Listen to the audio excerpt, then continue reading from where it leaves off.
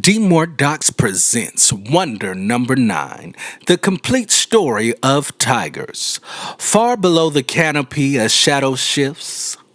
Once, twice, then the entire jungle falls completely silent. Not because the woods are empty, because something inside them has changed. Bird songs stop instantly, monkeys climb higher into the broken sunlight. Deer freeze mid-step where they stand, their ears flicking backwards. Even the wind seems to hold its breath somewhere beyond the wall of green vines. Leaves rustle, one heavy step, then another. No soundtrack, no manufactured drama, only the quiet weighted rhythm of heavy paws pressing into damp earth. Then amber eyes cut through the gloom. Black stripes slice the light into jagged pieces, breaking up an orange body so perfectly that the entire animal seems to melt right into the foliage. Now do me a favor, forget the cereal boxes. Forget the sports mascots, the luxury logos, and the circus cages. Forget the plush toys sleeping on children's beds and the aggressive cartoon predators invented to sell energy drinks. Think about the real animal walking beneath the vines, a solitary, warm-blooded ghost moving through a world of green and shadow, an apex hunter engineered for absolute stealth, so patient that it can lie motionless in the tall grass for hours while its prey walks past its face. It crosses freezing mountains, snowpacks in Russia. It navigates steaming tropical rivers networks in India and stalks through the choking saltwater mangrove swamps of the Sundarbans.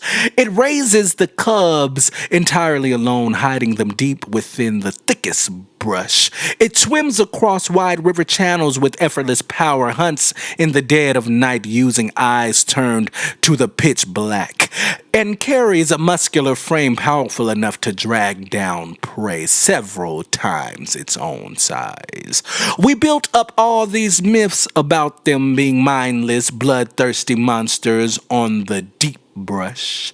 But the real story of the tiger is not a campfire ghost story about senseless terror.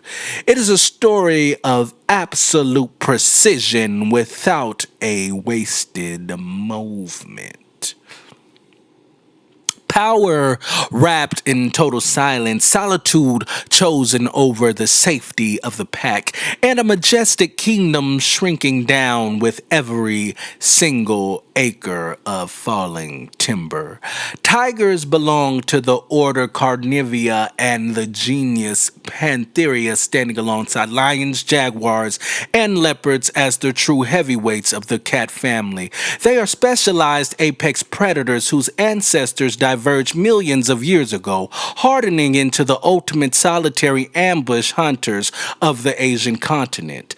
Today, their historic range has been fractured into isolated pockets, some populating cling survival attitudes forests, others fight for territory in flooded river basins where human settlements press right against their forest edge.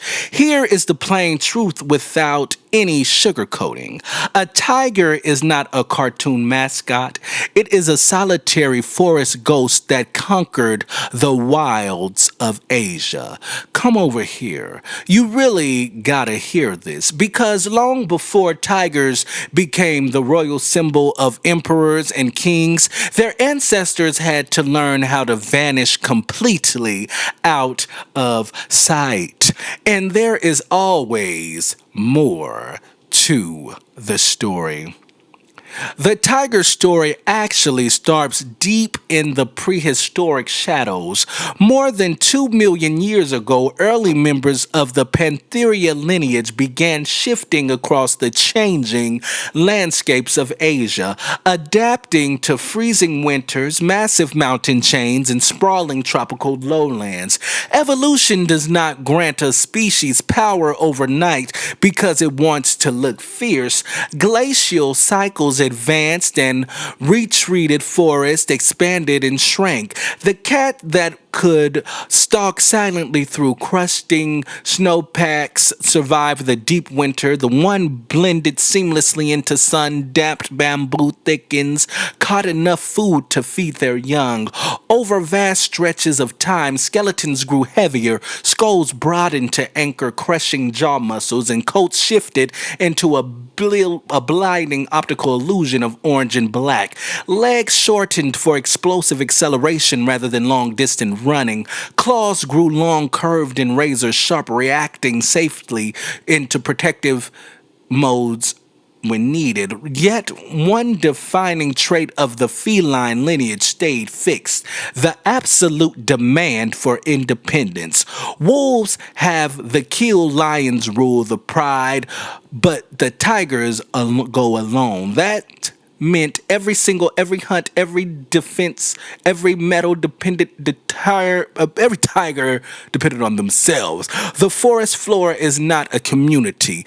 It is a chessboard where a single mistake is the end of the line. From a distance, a tiger looks striking. Bright orange fur, stark black vertical stripes, white markings around the muzzle, and a long, heavy tail. But almost every inch of that body is a masterclass in ambush engineering. To human eyes, that orange coat appears impossible to miss, but many of the deer and wild pigs tigers hunt are dichromatic. They cannot separate orange from the surrounding greens and browns, which anything close to human perception against dry grass, bamboo, and broken forest sunlight. The tiger becomes far less conspicuous than it appears to us. The black stripes break up the animal's solid outline, mirroring the vertical shadows of bamboo stalks and tall reeds. Underneath that coat sits a massive, heavily muscled frame built for pure shock value. Front shoulders are immensely wide, designed to grapple large prey and pull it violently to the ground, neutralizing hooves and horns before they can strike back. Their canine teeth are built to penetrate thick hides and lock around the throat or neck, cutting off air or disabling prey before hooves, horns, and tusk can retaliate. And look at their paws, massive, heavily padded cushions that muffle every single step, allowing a 600-pound animal to move through dry autumn leaves without making a sound. They are built for overwhelming power, but power without proximity is useless. They still gotta get close. The senses do the rest of the work. Night vision up to 6 times sharper than a human's lets them map the dark, sensitive facial whiskers, catch microcurrents of air movement, signaling when prey is shifting behind a screen of brush.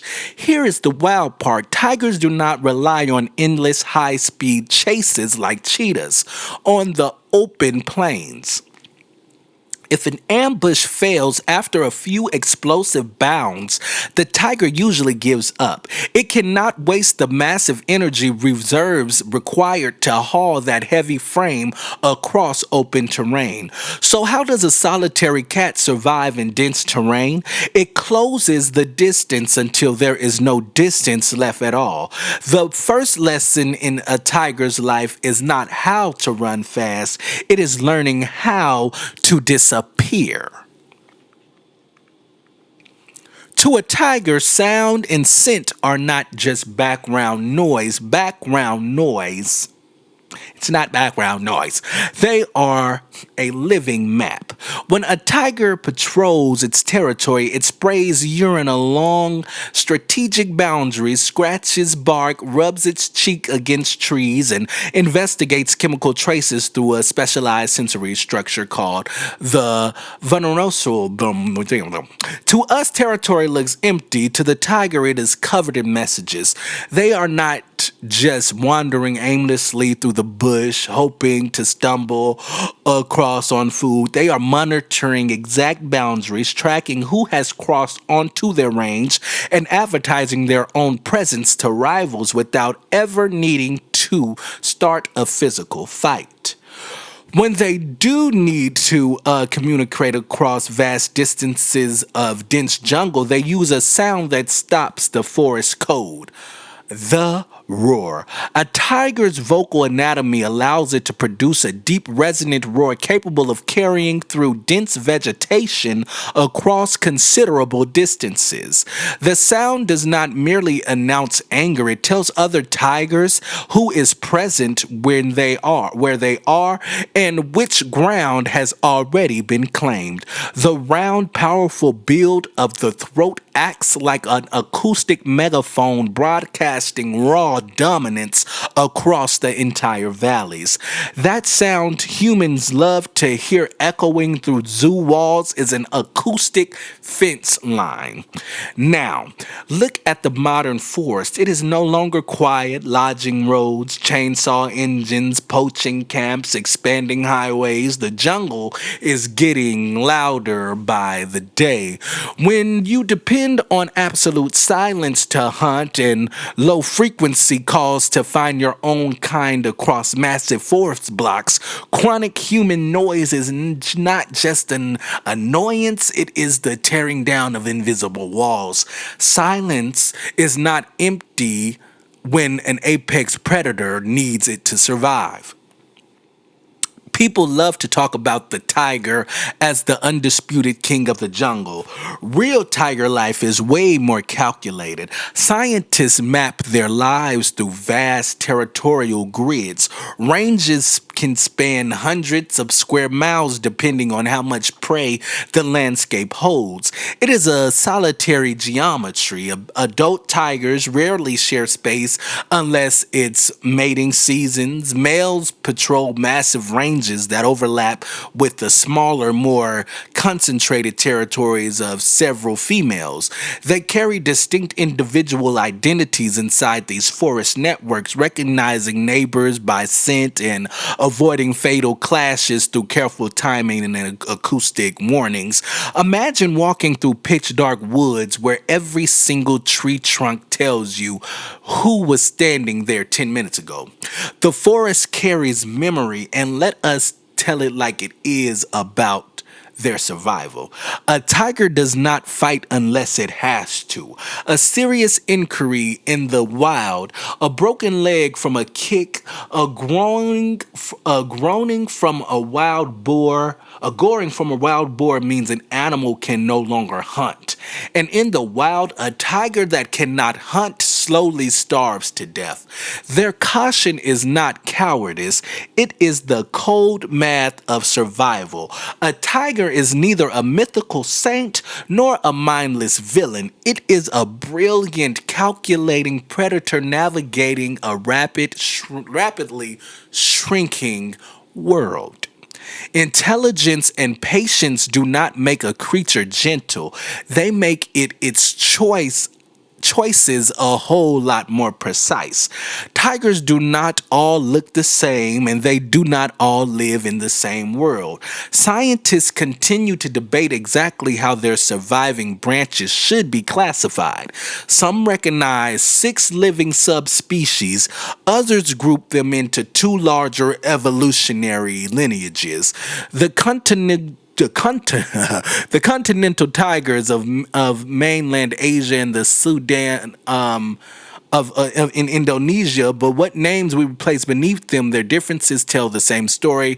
Adaptation written across geography. Look at the Bengal tigers ruling the tall grasslands and river footlands of the Indian subcontinent. Look at the Amur tiger holding down the freezing snowpacks of the Russia far east, wearing the thick pale coat that blends right into the winter frost. Look to the islands of the Southeast Asia for the Sumatran tiger, smaller and deeply colored, navigating dense lowland rainforests with unmatched agility, traveled through the dense tropical canopies of the Malay Peninsula to find the Malayan tiger, and look across the borderlands of Indochina for the Indochinese tiger. Every single one tells a different story of adaptation. And in the steaming Sundarbans, Bengal tigers glide through tidal mangrove channels, swimming for miles through salt water to ambush wild prey. They are expert swimmers by necessity. Water is not a barrier to them; it is a highway. Now, let's talk about the emotional core of tiger biology. The tigress raises her cubs entirely alone. For nearly 2 years, she carries the full weight of survival on her shoulders. She moves her dens repeatedly under the cover of night to keep her litter hidden from rival males and roving predators. She hunts while exhausted, risking injury every single day to bring meat back to the thicket. Cubs learn every tactical skill directly from her. She brings injured prey back alive so clumsy youngsters can practice the fatal bites. She teaches them where to step, how to read the wind, and when to hold completely frozen while danger passes.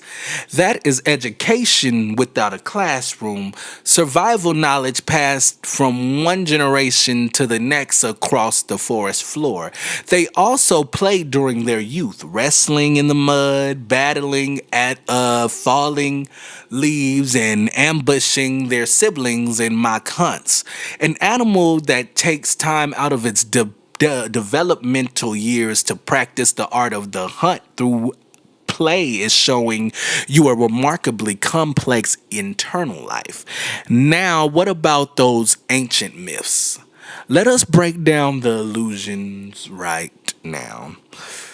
That comic book image of a tiger as a bloodthirsty man eater waiting behind every bush in a human projection born is a human projection born out of fear and expansion. Humans push deeper into tiger territory, cut down their forests, wiped out their natural prey through over hunting, and then acted surprised when starving, injured cats turned toward livestock and human settlements the way to stay alive. When commercial outfits and trophy hunters treated the forest like an open air shooting gallery, we confused coexistence with consequence. A cage might keep an animal alive in a concrete enclosure, but a zoo exhibit will never be a jungle. Access to a captive animal can feel like a connection to the person buying the ticket. That does not mean the animal was ever free to walk its own land.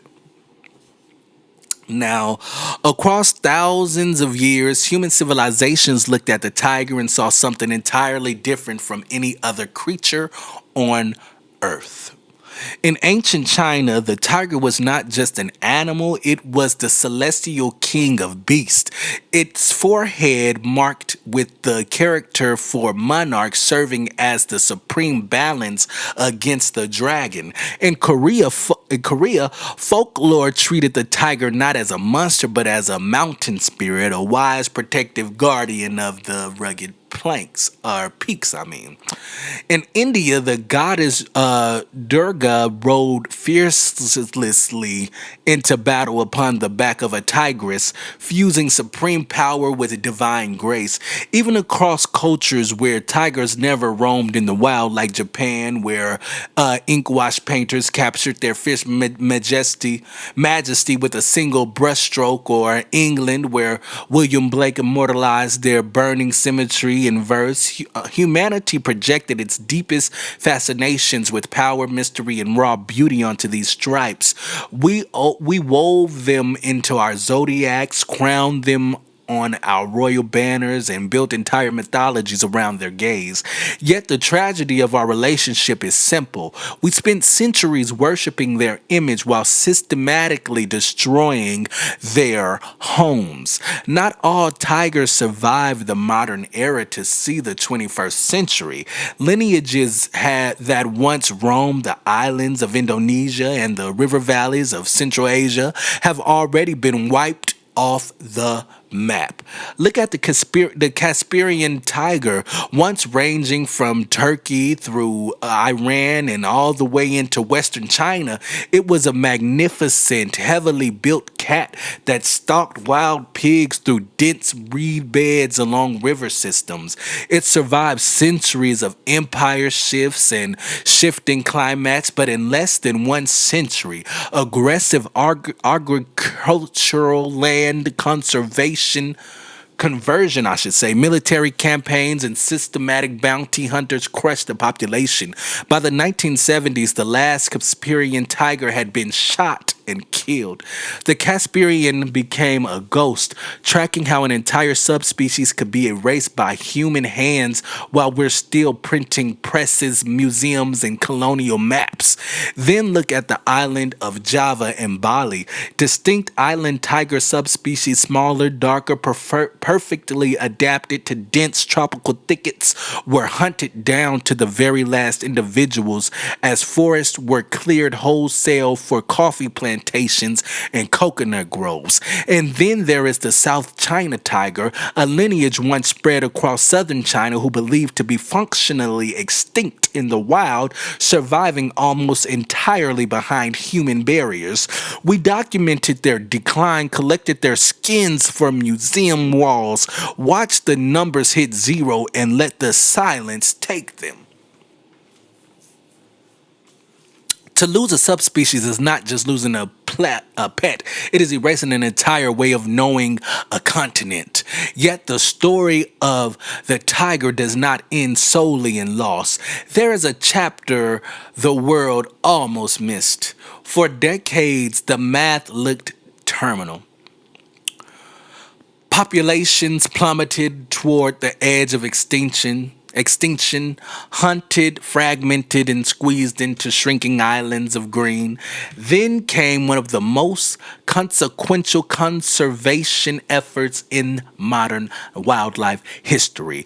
In April of 1973, India launched Project Tiger across 9 original reserves. Its purpose was not simply to guard individual animals, it was to protect valuable breeding populations and preserve the forests, grasslands, rivers, and prey systems required to sustain them. Over the decades, the reserve networks expanded, protection intensified, scientists improved population monitoring, anti-poaching teams targeted illegal hunting and trafficking, while conservation programs increasingly recognized that people living near tiger landscapes had to be part of the solution. The recovery has not been equal everywhere, and the danger has not disappeared, but in significant parts of India, tiger population rose instead of falling. It provided a vital truth: if you give the forest back its silence, the tiger will return to the shadow. It is not a final victory, but it is proof that decline is not destiny. When human stewardship shifts from conquest to protection, the wilderness remembers how to heal.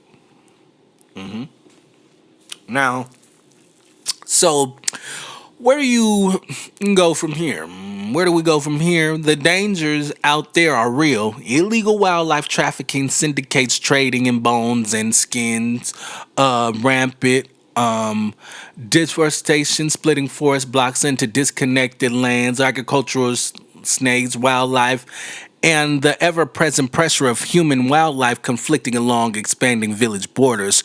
But this is not a eulogy. This is a call to action. Forward-thinking conversation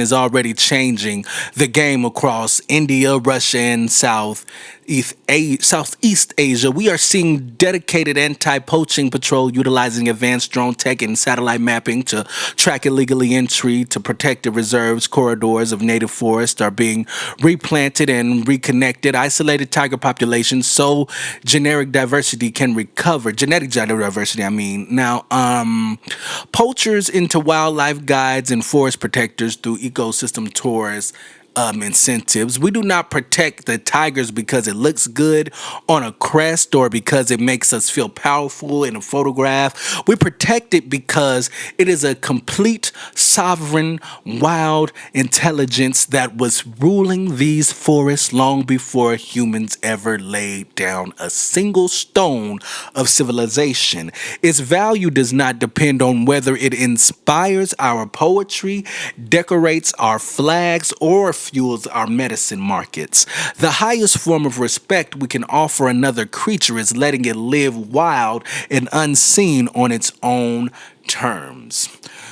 When you are a kid, a tiger feels like a pure painted myth stepping out of a storybook.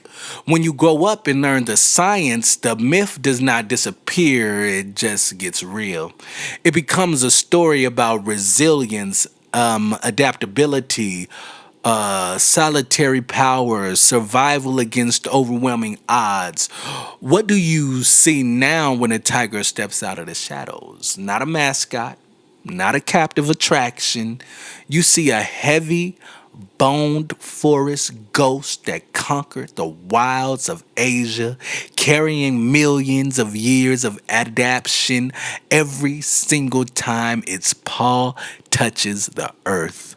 Stalk, freeze, track, listen, wait, strike. Its body belongs to the dark forest, but its presence belongs to the wild earth. It lives right in that beautiful, terrifying tension, and maybe this is why we feel so drawn to them. Not because they exist to serve our symbols, but because their whole lives are built around absolute silence, refusing to yield the shadows, no matter how loud the modern world gets. Far beneath the canopy, a heavy paw steps down without a sound. The brush closes behind it. A low rumble rolls across the valley floor, vibrating through the roots of the trees. The forest holds its breath. One shadow moves through the green, then vanishes completely into the dark. A cadence of absolute silence ruling the earth. I am D. Moore, and remember, headlines fade, culture lasts, because there is always more to the story.